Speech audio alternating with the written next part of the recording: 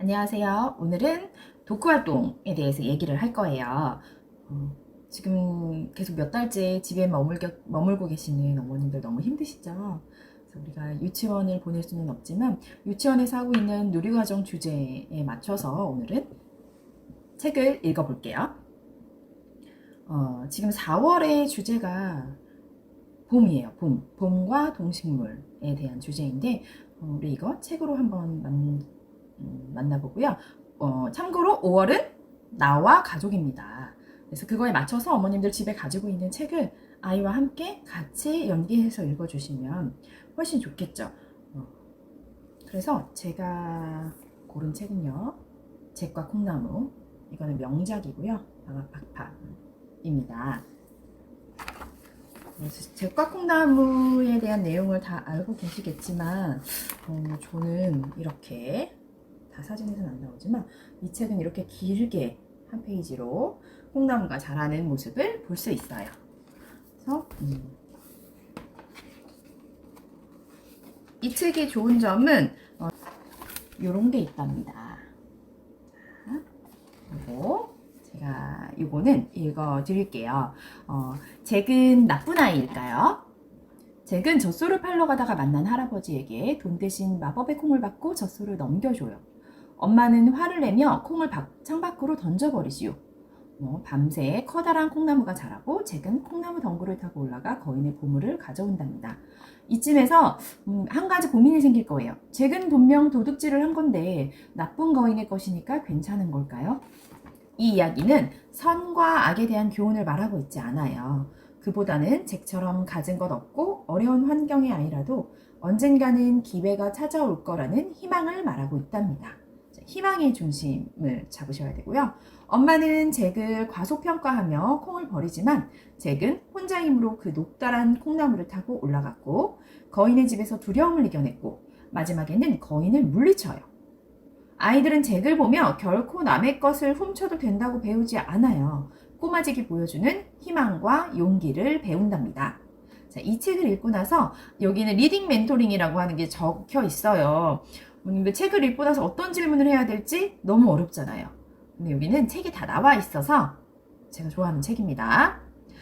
질문을 한번 읽어드리면 엄마가 콩알을 창밖으로 던졌을 때 잭의 기분은 어땠을까?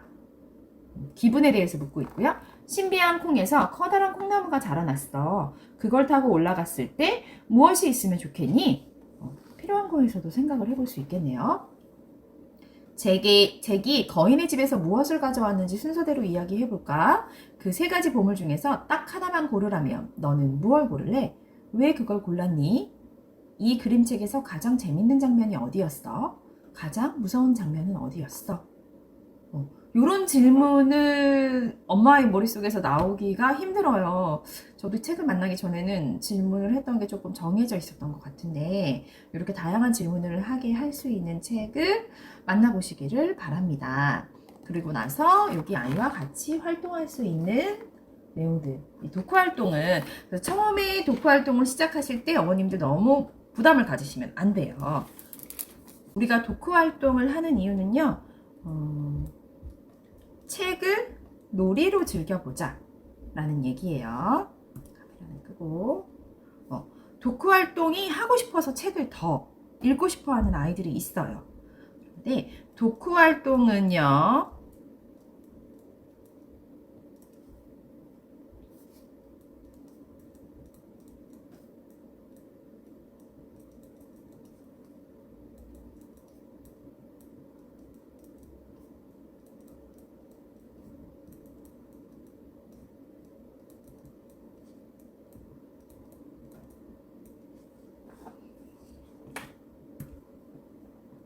독후 활동은 책 읽기에 즐거움을 확장시켜야 돼요.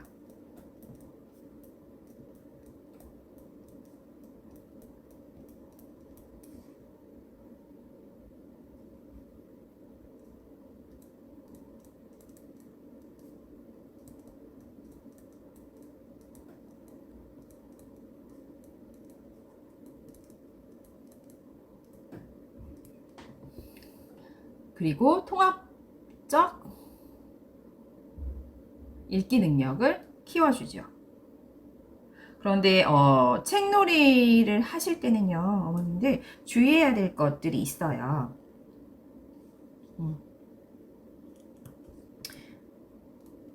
20분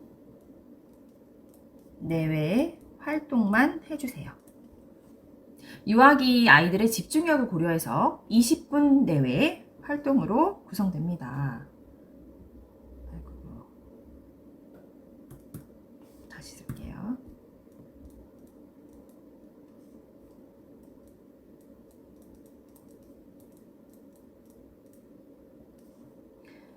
활동 방법을 모르겠다면 차근차근 따라하기부터 시작하시면 되고요.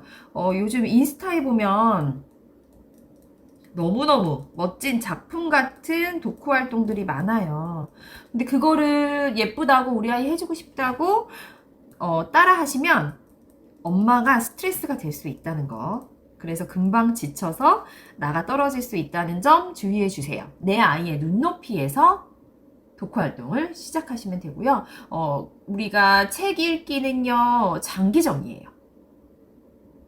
그렇기 때문에 어머님들 체력을 아껴두시고요.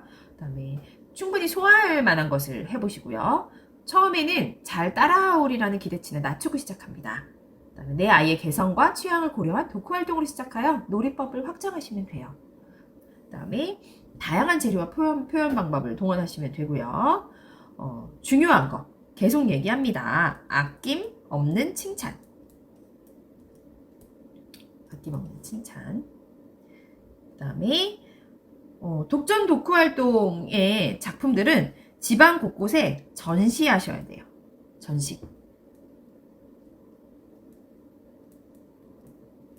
전시하셔야 되고요. 그런데 쓰레기통에 버리는 거는 삼가해 주세요. 쓰레기통 안 돼요. 버린다면 아이의 의사를 물어보는 과정에 따라서 필요합니다. 그 과정을 거쳐서 버려야지.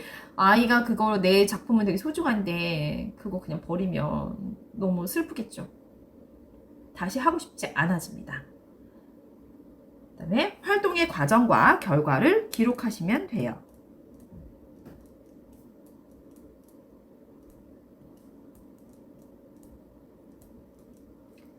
기록하시고 관리합니다. 그 다음에 활동 방법에 대해서 그럼 이제 알아볼게요. 이 얘기를 하자면 너무너무 길어요. 제가 이제 앞으로 또 꾸준히 도쿠 활동과 독전 활동, 그물 독서에 대해서 계속 올릴 테니까요. 그건 차차 알아가도록 하고, 자, 활동 방법에 대해서 제가 몇 가지 알려드릴게요. 활동 방법은요. 자, 첫 번째, 우리 영아 아이들도 할 수 있는 오감 자극. 그렇다고 영아에 국한된 건 아니지만 7세 아이들, 8세 아이들도 물론 좋아합니다. 오감 자극을 해주시는 거예요. 0에서 2세는 그냥 반복하고 되풀이하는 거 하시면 되고요. 2에서 7세는 눈에 보이지 않는 대상을 표현하거나 사물이나 상황을 다르게 변형시키는 거 조금 더 확장해서 하시면 됩니다. 그다음 제일 쉽게 할 수 있는 놀이는 책 쌓기, 집 만들기, 도미노, 모래밀가루 이런 것들 많아요. 그 다음에 2번, 두 번째는요.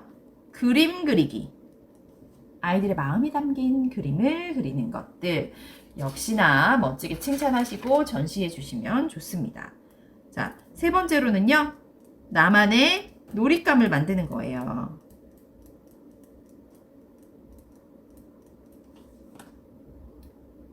가장 좋은 도쿠 활동은 책 속의 간접 경험을 아이들이 직접적으로 연결해 주는 겁니다. 인상 깊은 장면들 소재로 만들기를 해주면 너무 좋겠죠. 결과에 집착하지 마시고요. 자, 그 다음 몸놀이 하시는 거예요. 책을 읽고 나서 몸놀이 하시거나 아이들 정말 좋아하죠. 역할놀이 해주시는 거예요. 재미가 더 커지겠죠. 자, 다섯 번째는요. 사고력을 키워주는 말하기, 듣기, 쓰기. 어려워요. 그죠?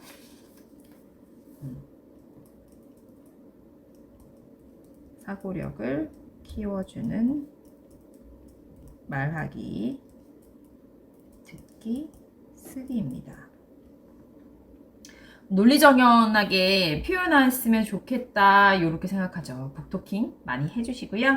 뭐 퀴즈나 수수께끼 책을 만들거나 뭐 조금 큰 아이들은 마인드맵. 마인드맵은 사실 5세, 6세 때부터도 할 수 있어요. 좀 빠른 아이들에서 빨리도 시도 한번 해보시고요. 엄마가 그려주시면 돼요. 아이는 말을 하고 엄마가 그려주시는 마인드맵. 그다음에 뭐 또는 알아보고 싶은 것들 인터뷰 해보기 이런 것들이 될 수 있고요. 그다음에 6번째로는요. 책을 읽고 난 후 요리를 하시고 악기 연주를 같이 하고요. 체험 활동을 나가는 거예요. 책을 읽고 나서 체험 활동으로 확장시켜 주시면 더없이 좋은 결과를 얻을 수 있을 겁니다. 자, 다시 돌아왔어요. 이거를 좀 화면을 크게 해서 제가 보여드릴게요. 자, 제가 잭과 콩나무에 대해서 그러니까 책을 정하고 나서 이제 아이와 함께 우리 그러면 다른 책도 읽어볼까 하고 얘기했을 때 물론 떠올릴 수 있는 게 이렇게 나무에 대한 것들, 나무와 친구하기, 집에 있는 나무 책을 다 찾진 않았지만 나무가 된 꼬마 씨앗 예쁘죠. 그다음에 또 이거는 고미타로가 모두에게 배웠어. 나무들이 나오는 것들 이 표지를 보고 고를 수 있어요. 그런데 이제 봄에 대한 얘기가 나오고 계절에 대한 얘기가 나오니까 이렇게 계절 요정들의 꽃바구니 요거는 과학책이에요. 계절이 나오니까 지금 봄이죠. 파릇파릇한 봄산 요거 그 다음에 많아요. 많이 뽑았어요. 여기 중에서 뭐 하나 두 개만 하셔도 돼요. 저는 너무 많이 뽑아서 아이와 이게 조금 이렇게 관련 있는 책들을 우리 뽑아볼까 가지고 와볼까 하는 것들도 아이한테는 책놀이가 될 수 있어요. 놀러와 공원이라는 책입니다. 요거는 디베이트 프로그램이에요. 아이한테 조금 어려울지 않을까 하는데요. 그냥 창작 같은 디베이트 책이어서 책도 너무 예쁘죠. 아이와 함께 충분히 할 수 있는 거예요. 공원에 놀러 왔는데 다들 뭐 하러 가는 걸까요? 자, 여기 모두 하고 있는 건 달라도 즐겁게 놀고 있답니다. 짠, 이런 식으로 되어 있어요. 그 다음에 공원에 갔더니 지금 예쁜 꽃이 피었어요. 저희 아파트 지금 유리창 밖으로도 나무와 꽃들이 보여서 이렇게 나비를 만나고 싶어요 해서 곰과 나비라는 책을 또 골라봤습니다. 이렇게 예쁜 책들을 좋아해요. 곰과 나비는 안에 그림들을 살짝 보여드리면 이렇게 시작해요. 그러니까 책들을 보시면 제목 읽고 그냥 넘어가는 경우도 있는데 여기 첫 페이지부터 이야기가 시작돼요. 벌이 잘 가 했는데 안녕 고마워 뭘까요? 나비가 뭘 받았어요. 이렇게 예쁜 그림책입니다. 곰이 맛있는 냄새가 나네 하고 먹어버렸어요. 친구 거를 뺏어 먹었어요. 그래서 내 거 왜 먹어? 나비들이 작은 나비라고 무시했는데 많은 나비들이 날아와서 이렇게 곰을 하늘로 들어 올렸어요. 그 다음에 보시면 너 곰이랑 나비랑 여기 보시면 계속 다투고 있어요. 아이들이 이게 제가 좋아하는 책인데요. 글은 별로 없고 그림이 주는 아이와 함께 그림책 읽기를 한답니다. 곰은 악어에게 이렇게 위협도 하고요. 나비가 화를 내고 있는 거죠. 그다음에 밤이 될 때까지 곰은 계속 데리고 다녔어요. 그 다음에 이제 곰을 놔줬나 봐요. 안녕. 나비가 계속 여기에 있습니다. 곰은 체념을 못하죠. 짠, 이렇게 달빛이 빛나는 밤에는 부디 싸우지 말아요. 곰이 소문을 내밀었고요. 나비랑 화해를 했나 봐요. 여기 보시면 나비의 표정이 보일까요? 나비가 웃고 있어요. 둘이 화해했습니다. 그래서 이렇게 끝나는 책이에요. 너무 예쁘죠? 이렇게 또 예쁜 책을 읽고 나서 이렇게 또 그러니까 계속 왔다 갔다 하는 거예요. 어려운 책 읽었다가 쉬운 책 읽었다가 아이와 연관지어서 이거 꽃이에요. 이거는 과학책이고요. 잎은 참 좋아라는 책입니다. 과학책인데 실험까지 할 수 있고 얘는 또 창작과 같은 스토리가 있습니다. 잎은 참 좋아. 잎이 모여서 시원한 그늘을 만들어 주니까 나뭇잎 그늘에 누우면 잠이 솔솔. 이렇게 했는데 잎이 좋았는데 사실은 엄마도 하지 않을 질문이고 아이도 하지 않을 질문일 거예요. 그런데 여기 보시면 잎은 왜 있는 걸까? 대신 질문을 해주는 거예요, 책이. 그래서 잎은 이렇게 햇빛과 공기와 물을 부지런히 모아서 식물이 먹을 양분을 만들어 주는구나. 자라려면 꼭 필요해. 그리고 여기 보시면 또 더 알아보기에 대해서도 나와 있고요. 이런 식의 표현들 계속 보실 수 있습니다. 그 다음에 여기 서툴러도 괜찮아. 요거는 꽃이 있어가지고 선택을 했어요. 꽃과 나비, 사파리, 아이들이 좋아하는 창작책이고요. 그 다음에 꽃의 얘기. 너무 예쁘죠? 그러니까 이 주제랑은 상관이 없지만 표지를 보고 고르는 거예요. 그래서 효녀심청 이렇게 예쁜 꽃이 있고 봄의 느낌이 나죠. 나비가 날아다니고. 그래서 고르게 되었습니다. 이런 것처럼 어머님들이 이제 그물 독서를 하실 때 대부분이 생각하시는 게 같은 주제와 연관돼서 점점점 뭐가 더 어렵게 확장돼야 되지 않을까? 이런 생각들을 많이 하시는데요. 그물 독서의 선택은 아이의 몫으로 남겨놔 주세요. 상관없어도 돼요. 아이가 좋아하는 장르, 관심 영역을 깊게 연결해서 읽을 수도 있고요. 같은 주제나 소재, 다른 영역의 책을 선택해서 읽을 수도 있고, 전혀 연관성이 없는 책을 읽어서 골라 읽어도 좋아요. 그다음 같은 작가, 그림 작가의 책, 요렇게 읽어서 다양하게 읽히는 것들. 그런데 여기에서 아이한테 선택권을 주지만 중요한 질문은 이거예요. 이 책을 왜 골랐지? 책을 고른 이유에 대해서 이야기를 해봅니다. 당연히 처음에는 대답을 잘 못할 거예요. 엄마가 살짝 힌트를 주시면 돼요.